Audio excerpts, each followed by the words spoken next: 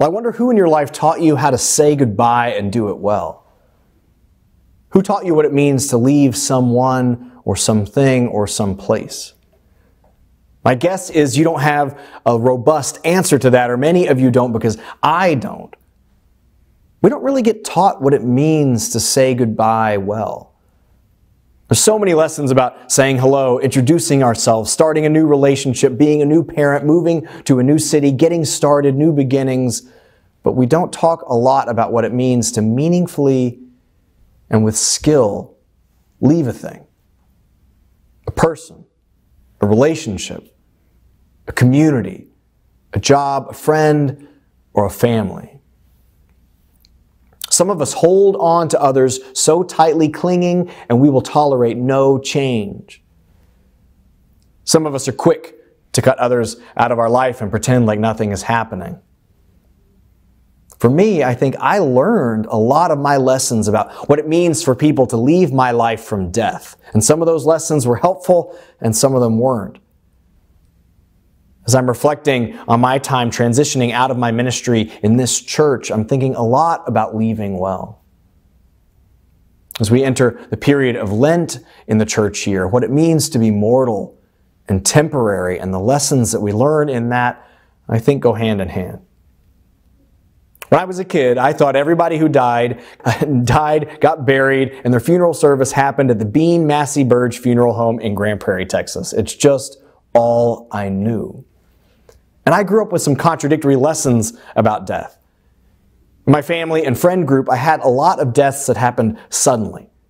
Maybe a person died while they were estranged from our family, or it was an illness that overtook them quickly, or an accident, or an act of violence. But I learned that so often human separation happens in an instant. On the other hand, my understanding of the afterlife was that we would all be together forever. And so there was really no such thing as a goodbye. And so for me, and I wonder if for some of you too, I lived growing up with the contradictory notions that sometimes people leave your life in an instant, and sometimes nothing's ever going to change. Everything's just fine. And learning to say goodbye in that in-between space, to make meaning between sudden loss and nothing changing, that's where the work is. I've learned so much in my time in this congregation. One of the most profound facts being that there is a reality beyond my comprehension or knowing that connects us in mysterious ways. I've had intuitions, dreams about a congregant or friend that wakes me up in the middle of the night, and it just so happens that something needed to be attended to with them in the next day or two. I can't explain it, but it's been real for me. It's been evidence to me that what connects us is bigger than our goodbyes. A few years ago, I woke up from a dream in the middle of the night screaming, a terrifying dream that I was about to die. I was saying out loud when I woke up from my sleep, "I have blood cancer, I have blood cancer." I woke up and caught my breath, and within a few hours received a call from Doe Allen, a member of our congregation, to inform me that she had blood cancer. She thought she might have days or weeks to live, but that it was serious. I spoke to Doe on the phone standing in the parking lot of a hotel in San Marcos, Texas, because I was preparing to preach at the ordination of one of my dearest mentors, Scotty Johnson, also a member of this church for a time. I was out in the parking lot of that hotel talking to Doe, who was characteristically loving and grounded and mature, who said she believed she had a short time left to live and wanted to make the most of these few days, expressed her love and affection, and said, "I'll see you soon." I came back from that event, visited her in the hospital with other ministers and friends, and said our goodbyes within a matter of a few days. I don't know what it is that woke me up in the middle of the night. I don't know what that dream was. I don't know where it came from, but it felt so real, like nothing else has felt, and it connected me to her in this profound and mysterious way that I still don't understand. But I know that I saw her in dreams for months after that. Things would show up in my office that I didn't know I left there. There were connections and odd things, conversations we had had, things we had listened to, books we had shared that would just show up in my life. And to me, it was meaningful. It showed that there was something connecting us beyond the goodbye. A lesson to be learned that wasn't just about her loss and wasn't about things staying the same, but something in between. That experience and many that came after it, it was almost a year to the day when I was back at that same hotel, back in that same city, this time preaching the funeral for my mentor, Scotty, who also showed up in dreams and whose presence I felt in tangible ways. I've struggled to articulate my experience or beliefs about the afterlife in this congregation sometimes. I think it's common for Unitarian Universalists to affirm that because we don't know what happens after we die and we're focusing on this life that we just don't talk a lot about it, or many people don't believe in it. But when I have expressed my understanding that there's something that connects us beyond the boundaries of this life, all of a sudden congregants would find me in the receiving line or the parish hall and come up to me and whisper in my ear, "Me too." They would share stories with me about mysterious moments or their hopes that they would be reunited with loved ones after this life. And that promise of living together after life is not naive. It reflects a desire to be connected with what is most truly real to us, and for so many of us an experience that something is bigger than us, holding us beyond this life, maybe more powerfully than we'll ever know. All I know is that my time in this congregation, my experience with those who are dying, and in my own life has taught me that there is something holding me and us beyond a goodbye. That we don't have to choose between cut off suddenly and there's nothing after this, or everything staying the same. This week, a board member in our church, Eric Bing, was talking about the loss of his mother 30 years ago, and he said that when she died, he started asking himself, what could I have done differently? Not as a guilt feeling, but as a question. In this relationship, what could I have done differently? That in the end of a relationship, it's a good and healthy question to ask. He said it led him to shift and deepen in his career, decide where he moved, the new church that he was in. His relationships were informed by this meaningful question, what could I have done differently? The question is, what can you learn from a meaningful goodbye that you can't learn anywhere else? I'm asking myself that a lot right now. This being temporary is very challenging business. It's hard to admit that our lives will one day end, that every single thing and person, relationship, job, child, institution, and sunrise is numbered. So I think sometimes what we do is we celebrate longevity as the goal and forget the lessons that come in the temporary and in the goodbyes and in the failures and in the little deaths in between. We celebrate the 50-year anniversaries in marriages and the gold watch that comes from a career spent in one company, and there's nothing wrong in those things. But if we find our meaning and our value in things that have lasted for a long time, I think we can forget that sometimes what you need is a little death to get you to the new life you've been yearning for. Sometimes you need the end of a relationship.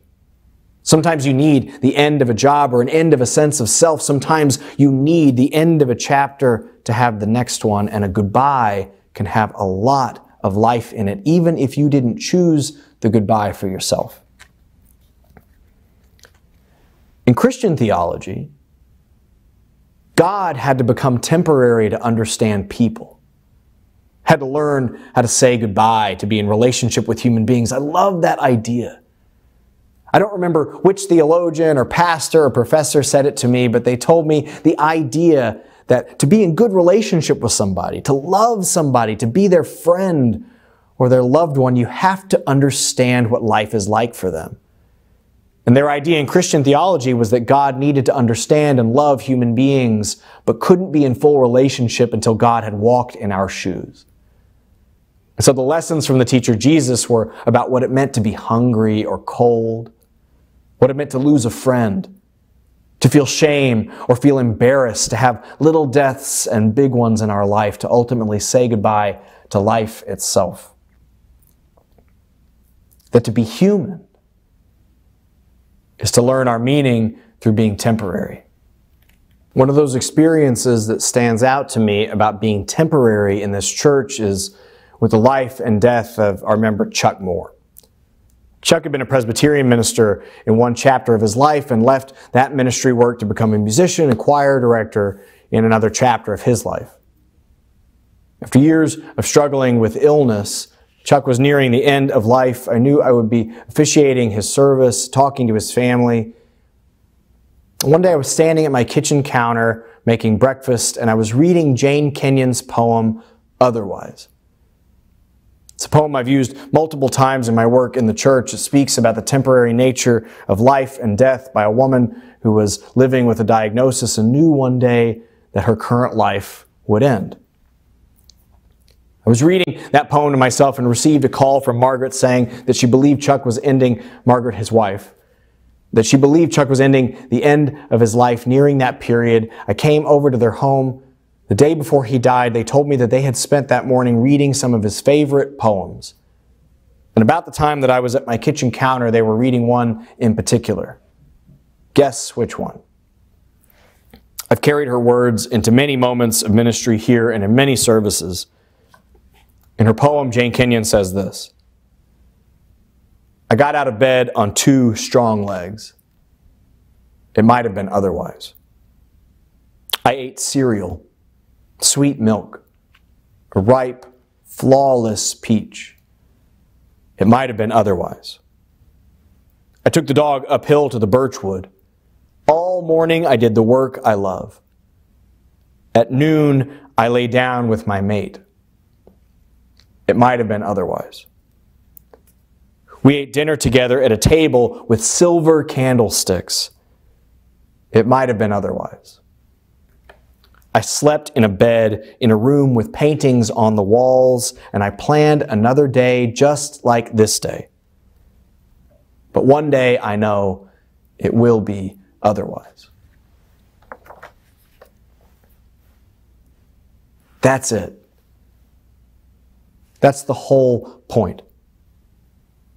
That's all there ever is and all there ever was. Every single thing in our lives, every person, every moment, every job, every community, every relationship, every parent, every child, every star and sunset has in it a lesson of goodbye. To have a life at all, we have to have 1,000 goodbyes that teach us something. To have a meaningful life, it is incumbent upon us to learn something not just from loss and something not just from things staying the same, but how to leave something and somebody and do it well. I've had to say goodbye to my children 1,000 times over to give them the space to live a new life and become the children they are. I had to say goodbye to the infant who couldn't walk so that I could say hello to the child who could.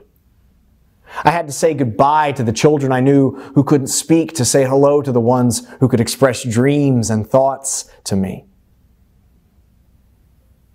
One day I'll have to say goodbye to the children I have so that I can say hello to the adults that they will become. I've had to say goodbye to myself 1,000 times over too. Goodbye to the person who could never imagine himself in a church, let alone being a minister and working in one. Goodbye to the one who currently does. Goodbye to the person that was in this place, in this time, with these people, to be in another place, in another time, with others. I'm sure you've had to do the same. Every chapter of your life has required that the one before it end. To give space to new creation, to new life. Yes, there is something to celebrating longevity. To the 50-year anniversary and the gold watch at work and something that sustains and doesn't change over time. But if you do not celebrate the little deaths, To give yourself permission to mean something real when you say goodbye and move on or try something new, you will miss something in life too. Don't let anyone tell you there's not meaning in loss. That there's not meaning in turning over a new chapter in your life, not being the same person you knew before who couldn't stand not to have a drink in the morning or at night, not to be the person who was defined by the marriage that they were in or the job they have or the body they had or the name that they wore. Sometimes you have to have a little death for a new life to occur and say goodbye to the life you knew so that something else in you can live. Every single thing you've ever known or will know is numbered. You just don't know how many of them there are. How many sunrises do you have left? How many good cups of coffee? How many kisses? How many times being held? How many times hearing your children laugh? How many times saying or hearing the words, "I love you"? They're all numbered. And one day it will be otherwise. To have a life that is beyond simply letting go of all things or holding on tightly to life as it is, we have to learn to say goodbye. And so whether it's the people in our life that we love, a place that's held us and taught us so much, a vision of our life and who we are, or a future that we hold in anticipation, if you stop and look at the life you have and the people in it and say, "I love you, thank you," before goodbye, there is a lesson in it for you. The poet Mary Oliver says in her poem in Blackwater Woods, "To live in this world, you must be able to do 3 things.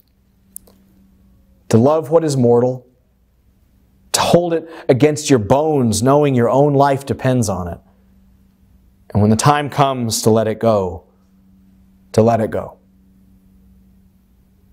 For all the moments in your life where you are changing and growing into a new human being and having a new life come into being for you, may you say goodbye and say it well. Amen.